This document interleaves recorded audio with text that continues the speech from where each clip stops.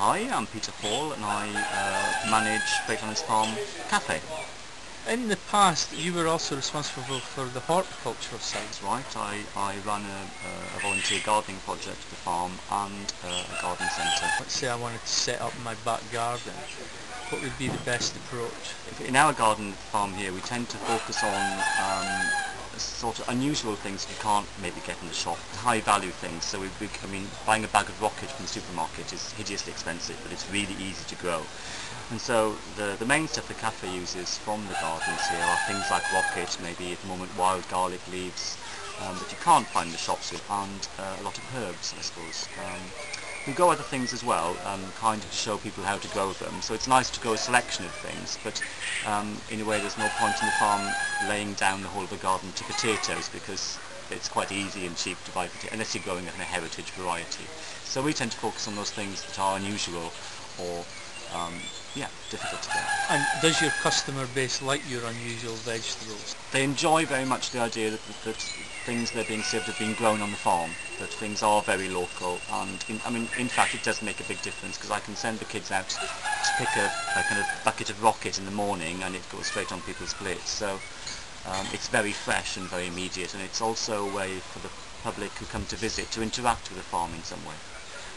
I think all gardeners will probably say that there's nothing like a carrot that you've just dug up, or peas that you've just picked, and there is a big difference. I mean, in a way it's a little bit of a luxury. We can't all have that in our lives, I suppose, but we can all grow a little bit probably and experience a little bit of that. And even with something like a carrot, which is really cheap to buy in the shop, we often do kind of gardening with children here, and it's amazing how many urban children haven't pulled a carrot out of the ground. So it's really simple kind of pleasures in a way that people have lost.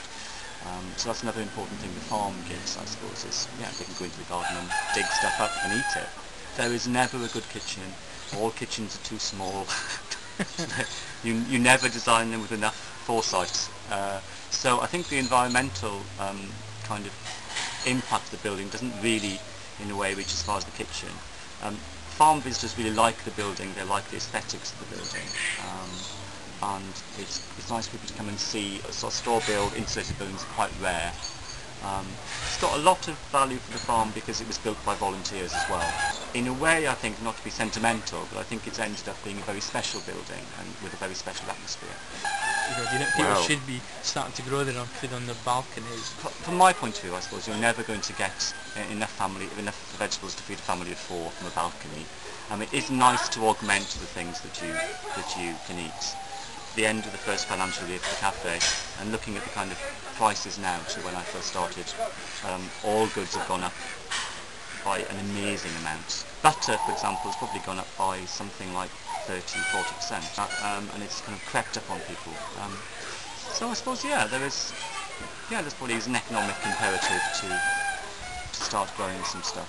I think you have to be very careful to set up initiatives really well and really thoughtfully from the beginning, just to try to suss out how possible some projects are. I think it would be lovely to think that London would be greener and producing its own food.